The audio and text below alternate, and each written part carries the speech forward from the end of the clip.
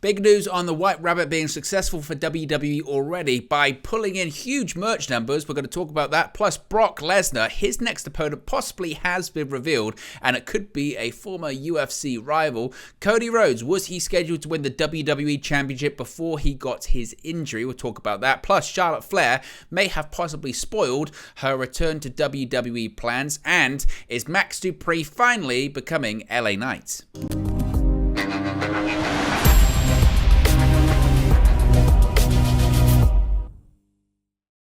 Hey guys, welcome back to Wrestling News 365. Hope everyone is doing very well. As always, there are plenty of news stories to get into in the world of WWE. Of course, Extreme Rules is this coming Saturday. Tonight is another edition of Monday Night Raw, and we've got some big stories coming in because we want to talk a bit about, of course, the biggest story in WWE right now, which of course is the White Rabbit. Still, people are trying to figure out who indeed is the person behind the White Rabbit teases. The general assumption is that it's Bray Wyatt, and the general assumption is also that this coming Saturday at Extreme Rules in Philadelphia, we will find out who indeed is the person behind the White Rabbit teasers, QR code, mysteries, cryptic teasers and videos, etc.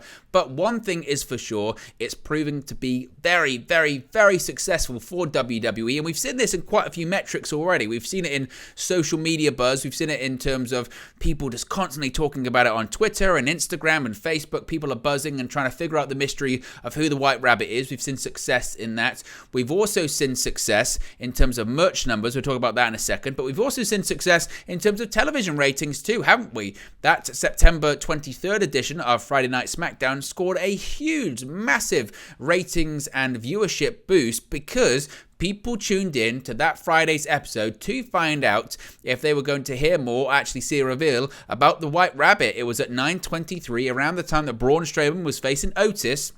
9:23, a Braun Strowman versus Otis match was nearly watched by 3 million people, which is probably the most watched wrestling match on cable for a really long time without a strong leading like an NFL game, which was the case in Christmas Day in 2020 when they last did such a big number SmackDown. And it's all because of the White Rabbit. People are buzzing about it. People want to know who indeed the person is. They want to know if it's going to lead to a return of Bray Wyatt. And just another metric to prove the success of the White Rabbit is merchandise numbers. Of course, it was recently reported, wasn't it, that White Rabbit merch has been made. You can buy it on www.shop.com if it's still in stock, but certainly they've made White Rabbit merch. And since the September 16th edition of SmackDown, WWE, of course, has been teasing the arrival or the return of someone the right of that is going by at the moment just the White Rabbit. Now, a symbol which is hotly speculated to represent none other than Bray Wyatt. The house lights have been dimming during dark segments and accompanied by the psychedelic soundtrack of Jefferson Airplane's White Rabbit song. These teases have led fans to speculate about a potential return of the Fiend Bray Wyatt, who of course has not wrestled since WrestleMania 37 in April 2021. Of course, where he lost the opening match of Night 2 of WrestleMania 37, losing to Randy Orton after Alexa Bliss turned on him. We never saw the Fiend again. Bray Wyatt was then released by WWE later that year, and since then there's been speculation about what he's going to do next, and possibly what he's going to do next is return to WWE under this White Rabbit pseudonym. Now, according to Dave Meltzer on the latest edition of the Wrestling Observer radio show, WWE is seeing big gains from this mysterious White Rabbit, despite all of us being in the dark as to who the teasers are for. Acknowledging the Bray Wyatt return speculation, Meltzer noted, quote, "He'll sell merch. They're already selling White Rabbit merch at the shows, and they're selling really big. So from a merch standpoint, he'll be really big." Now, the merchandise currently on sale includes t-shirts with the White Rabbit symbol and one featuring a depiction of the Hangman game that has been featured on some of the teasers. Now, the Hangman game includes the question, "Who killed the world?" with the retort, "You did." According to WWE merch store website, the Hangman shirt is currently the most popular item in its category. Now, the White Rabbit clues continued on the most recent edition of SmackDown, and the assumption is they'll continue tonight on Raw. But on SmackDown, a QR code briefly appeared following a promo by Karrion Kross, which led fans to another WWE website. The website contained a video that depicts a cartoon pig interspersed with images of butchered pork, followed by Red Riding Hood and the big bad wolf imagery. And there was plenty to decode in the video. We've done a video decoding all of it. If we get another teaser tonight, which the assumption is tonight, we will get another teaser, we'll get another video. We've seen him in quite a few different forms of media. We've seen him in videos, we've seen him in TikToks, we've seen animated films or stories sort of reanimated to fit this. So we'll wait and see what happens tonight. Of course, once we do get that, we'll do what we've done for all of them, which is break them down scene by scene, frame by frame, bit by bit, and try and figure out all of the clues, riddles, and everything involved in it and decipher it all. Now, there was plenty to decode in the video, including Morse code, which is said to read Azil Reborn. We spoke about that. Now, Bray Wyatt, of course, as I mentioned, was released from his WWE contract in July of 2021. He has reportedly been in talks with WWE about a return, but those negotiations had apparently stalled. In a video that circulated on social media, Wyatt has been seen recently training in a video with former boxing welterweight world champion Keith Thurman and coach Kay Wilson, adding to the speculation of a possible return. This is one of the surprising things anyway, to be honest, about Bray Wyatt when he was released by WWE. Is, he was on a massive contract. He signed a new deal in 2019, which was at the time that was at the time where money was going up in WWE because of obviously they just signed those huge television rights deals with NBC Universal and Fox. In addition to that, they were making a ton of money just off signing the new Saudi partnership. The stock price was super high, so when people were coming up for their contracts in 2019, they signed big deals, and Bray Wyatt had just created this Fiend character, and he was no exception. So when WWE was on a cost-cutting measure over the last year or so, it was still surprising that Bray Wyatt's name was brought up because he was a huge merch seller for WWE. He always has been, but particularly that Fiend character, it was a license to print money. There were so many different things you could do with it, whether it was masks, gloves, action figures, towels, all of the stuff in the Firefly Funhouse, all of the puppets. You had Ramblin' Rabbit, Huskus the Pig, Mercy the Buzzard, Abby the Witch. It literally was a license to print money, and he was one of the biggest merch sellers in WWE, and it felt like they were cutting their nose off to spite their face in that kind of situation as well of, maybe Bray Wyatt's on a big contract, but he makes you a lot of money, and he is a very marketable and profitable character, even with the bad writing and damage they had done to the Fiend character, and how sometimes difficult it was to book in storylines. So that was surprising, but it would kind of fit perfectly, wouldn't it? That all of these teasers and all of these clues and all of these videos fit the mind of Bray Wyatt. They fit the wild, creative mind of Bray Wyatt. And all these clues do link back to him. And it shouldn't be shocking, should it, that a creative idea from Bray Wyatt is not only proven to be successful in every metric possible, but also it's already selling huge merch numbers, and we don't even know if it's Bray Wyatt yet. Look at every single metric this is doing. This just shows how wildly successful this has been. It's doing huge numbers on social media. It's the most talked about thing in the business right now, certainly for WWE. It's doing huge numbers in terms of ratings. It pops nearly 3 million viewers for a segment between Braun Strowman and Otis. That's how big this thing is at the moment, and it's doing huge merch numbers already. Bray Wyatt hasn't even come back yet, and it's already proving dividends already, and he's not even back yet. Could you say that about anyone?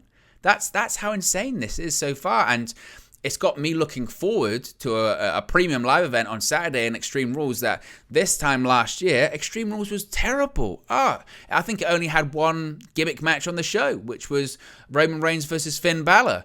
That had one of the worst finishes I think we've seen in a really long time, when the Demon was up at the top rope and the rope snapped and he lost. That was it. Apart from that, it was an incredibly forgetful show.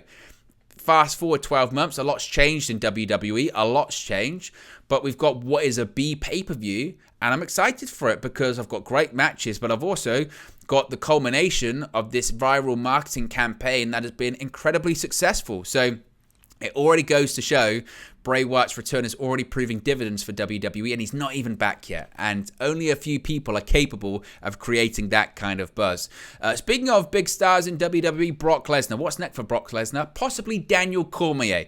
Daniel Cormier versus Brock Lesnar is a fight that the UFC wanted to do in 2018. We didn't see it then. Lesnar pulled out of the deal because he couldn't come to terms with the UFC, but we might actually see it inside of a WWE ring in 2022 because news has emerged that may reveal Brock Lesnar's next WWE opponent. Former professional mixed martial artist and present commentator for the UFC, Daniel Cormier could be in line next to take on Brock Lesnar. Now, Cormier, of course, is a huge WWE fan. He was part of that viral video of Seth Rollins cashing in his Money in the Bank briefcase at WrestleMania 31 back in 2015. He's always posted stuff on social media about pro wrestling and being a big WWE fan. He's also been linked to being a commentator for SmackDown on Fox before SmackDown debuted on Fox back in 2019. Now, of course, it was announced over the weekend that Cormier will actually serve as the special guest referee for the Fight Pit match between Rollins and Matt Riddle at Extreme Rules. Now, speaking on Wrestling Observer Radio, Dave Meltzer said, quote,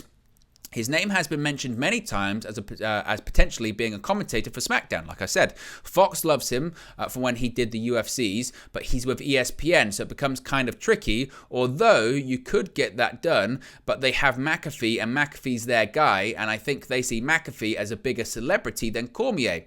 Now, McAfee, of course, is currently on hiatus from WWE commentary for a role in college football commentary, potentially leaving a spot to be filled at the announcer's desk. Cormier is said to have wanted to be involved in WWE for a really long time. Meltzer continued saying, quote, "He's always wanted to do something with WWE, so he's going to get his chance to do it. I think a lot of people know that originally he wanted to do pro wrestling. There's people who are speculating maybe he and Brock do their match. I don't know. I think if he wants to do pro wrestling at this stage of his life, and my gut is that I don't know. I don't think he wants to. I haven't talked to him about this in so long years." Now, of course, Cormier, as I mentioned, has wanted to do pro wrestling for a really long time. I wouldn't be shocked, because what's on the horizon? Crown Jewel. And if you start to put the pieces of all of these stories together, it makes a lot of sense. Too much sense. It looks like we could be moving into reality with this one, because look at it. Brock Lesnar is not scheduled for another United States match until next year. That match he's scheduled for is at WWE Day 1 in Atlanta. And we don't even know if that's actually going to be on Day 1, but we know he's scheduled for that event. However, Brock Lesnar has participated and wrestled and competed on every single WWE Saudi show. There's a Saudi show coming up in November, and logically, and it might even be written into Lesnar's contract, that he participates on every single Saudi show. I look at the WWE roster, and there are plenty of names that Brock Lesnar could face off against, but they would clearly involve some kind of storyline. He would need to show up. He would need to make appearances. And maybe Brock isn't contracted or scheduled to make any appearances. So what could you do? You could certainly have Daniel Cormier be in Philadelphia this Saturday for Extreme Rules in the Fight Pit. And then you could have Brock Lesnar come out, either, I don't know when, possibly during the show, wherever, and confront Daniel Cormier and do the match or do the fight that the UFC wanted to do in 2018. Because remember, Daniel Cormier, I forget who he defeated in the UFC in 2018, but Daniel Cormier at the time was the UFC heavyweight champion. He retained his bout, I think it was against Miocic. It might have been the first time he beat Stipe Miocic. And Brock Lesnar was outside the octagon, and he walked in. And Brock was still under contract, I believe, to WWE at the time. He might have just lapsed, or there was confusion as to what was going on with Brock's future. And Brock Lesnar walked into the octagon. He said Cormier was a piece of shit, and he shoved him in the face. He shoved him in the chest. And the feeling was it was going to be Brock going back to the UFC. It was going to be Brock facing Daniel Cormier for the UFC Heavyweight Championship, and that's what they were going to do. The issue is at the time, UFC, I believe, had just gone to be on ESPN+, and this was a point of contention that I believe is still the case today for UFC fighters, is that the money that was previously there to be made in terms of pay-per-view revenue, etc., or the amount that UFC was paying their fighters was considerably higher when Lesnar was there before in comparison to what it was then, because of this ESPN model.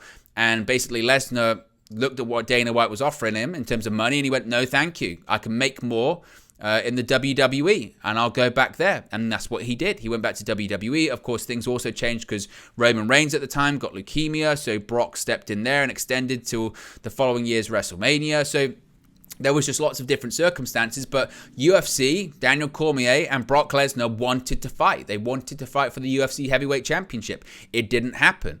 And, Triple H is a student of the game. He's aware of what's going on. He might think, you know what? What do we do for Brock? He looks up and down the roster, goes, who could face Brock at the moment? And maybe we're doing something a bit different with Crown Jewel because Logan Paul's facing Roman Reigns. So we're doing something a bit outside the box. And these are the shows where one-off stuff can kind of happen. Oh, well, let's see if Cormier's interested. You know, let's see if he'd be open for it. And at this stage, Daniel Cormier versus Brock Lesnar, why not? Why not, honestly? For a show like that, for a Saudi show where they're somewhat out of canon sometimes. I know big stuff has happened at the shows and they've become more important in recent years in terms of storyline, but why not? And in terms of an event with a double main event of Roman Reigns versus Logan Paul and Brock Lesnar versus Daniel Cormier, and that would get people's attention. Whether or not both of those matches would be any good is another story, but they almost don't have to be. People will just be so curious to see, wait a minute, this YouTube and social media star is facing Roman Reigns for the Undisputed Universal Championship. Oh, and Brock's finally facing Daniel Cormier. This time it's inside a WWE ring. I know they tried it before Cain Velasquez. It didn't work out. That whole Cain thing was a mess. Daniel Cormier's a fan, you know, and it's never been done before in terms of them facing off. And I wouldn't be against it, and I wouldn't rule it out. Let's just say that. Let's talk about Cody Rhodes. Of course, Cody Rhodes currently out of action with an injury, but prior to him getting injured, there was an assumption that Rhodes might be the guy to defeat Roman Reigns for the Universal Championship or take the WWE Championship away from Roman on Monday Night Raw. Now, of course, Cody Rhodes is sidelined with a torn pectoral muscle and looked like he was poised for huge things. However, creatively, maybe they weren't as big as many people expected. According to Sean Ross Sapp of Fightful Select, who spoke to numerous sources in WWE, they have said that at the time that Cody Rhodes sustained his injury, Vince McMahon still had not solidified on plans to make Cody Rhodes the WWE or Universal Champion. Now, many assumed it was happening, but Fightful have heard that there were not firm plans for the title change in place at the time. Instead, they were told that Vince McMahon was, quote, all on board for the Roman Reigns double title reign, and there weren't ideas floated from Vince that would have indicated he was ready to move on from that this summer. Now, to be honest, this is hardly revelationary news because I think you look at it and you would say, well, Vince McMahon is notorious for not planning things that far ahead of time. He's just not. Unless it's like The Rock where he's forced to, he doesn't really do that. And look at the landscape at the time. Cody Rhodes defeated Seth Rollins. Clearly, he was going to go for the Money in the Bank briefcase. And he was going to win. He was going to win the Money in the Bank contract. I have no doubt about that. But in terms of the opponents for Roman Reigns going forward, they'd already been mapped out. It was going to be Riddle at Money in the Bank. And that was meant to be in Allegiant Stadium. It was going to be Randy Orton at SummerSlam in Nissan Stadium. And it was going to be Drew McIntyre at Clash at the Castle. Those were the plans. Obviously, it didn't work out like that. Randy Orton got injured. Money in the Bank was moved from the stadium show to the MGM Grand Garden Arena. So plans did change significantly. And maybe if Cody Rhodes was around, maybe those plans would have changed. And maybe with Cody Rhodes winning the Money in the Bank briefcase, they would have pivoted, called an audible, and moved to something else. Who knows? But according to Sean Ross Sapp, those plans weren't firmly in place, and that doesn't really shock me. I still do think Cody Rhodes will return and become the WWE Champion, but I think he'll do that by winning the Royal Rumble. Speaking of return, Charlotte Flair could be returning very, very soon, and plans for Charlotte Flair's WWE return following a lengthy hiatus have potentially been revealed. Of course, she last wrestled at WrestleMania Backlash in May, losing her SmackDown Women's Championship to Ronda Rousey in an I Quit match. Now, shortly after this match, Flair and AEW star Andrade El Idolo had their wedding and honeymoon. WWE has actually had a major change in management, of course, since she last laced up her boots with Vince McMahon retiring. Triple H has taken over as Chief Content Officer, and Stephanie McMahon and Nick Khan are the co-CEOs of the company. Now, on this week's edition of WWE's Most Extreme Moments Countdown on Fox, Flair was interviewed by Kayla Braxton. When asked about her next move, Flair indicated that she's paying close attention to Bianca Belair and the Raw Women's Championship, hinting she'll go after the Raw Women's title upon her return. Of course, Belair is set to defend her gold against Bayley in a ladder match at Extreme Rules, and possibly could Flair get involved in that. I don't see that. I see her staying on SmackDown because they need it. It's Ronda Rousey and Liv Morgan for the SmackDown Women's title of that show, and I look at the roster and say, who else would challenge? Raquel Rodriguez? But apart from that, they need Charlotte Flair for depth. Raw's fine in terms of depth they've got. You know, Candice LeRae just debuted there. But they've also got, you know, Bayley. They've got Io Sky. They've got Dakota Kai. They've got Alexa Bliss. They've got Asuka. They're fine. I think Charlotte Flair is probably best suited for SmackDown. Now, Flair versus Rousey again, I don't care to see, but possibly we will at some point. Finally, LA Knight seemingly is back. LA Knight's return is apparently imminent, according to a new report. Max Dupree turned on the Maximum Male Models on this Friday's edition of SmackDown. When he walked away from the group, he said, "Yeah," in a nod to the LA Knight character he used to play on NXT. This, of course, has followed similar teases in previous weeks, and Mike Johnson of PW Insider reports that Dupree is now listed as LA Knight on WWE's internal roster, which seemingly suggests that the character will indeed return soon. Additionally, Johnson notes that the Maximum Male Models are slated to continue with the trio of Marseille, Mansoir, and Maxine Dupree.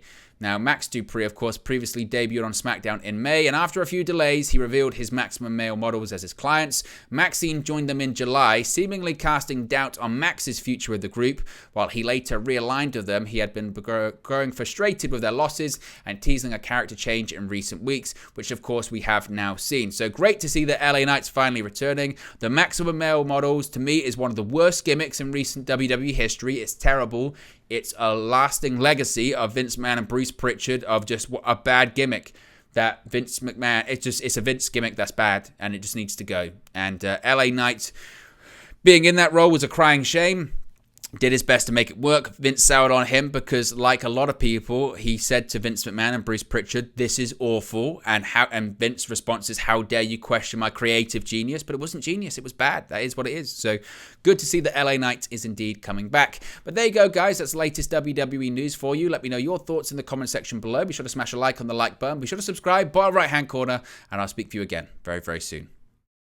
Hey guys, thank you for watching, listening, streaming, or however you come across this video today. Be sure to click on the video on the right there to watch our next video, or click the bottom there to subscribe, or the bottom right hand corner. Thank you very much, and I'll speak to you again very soon.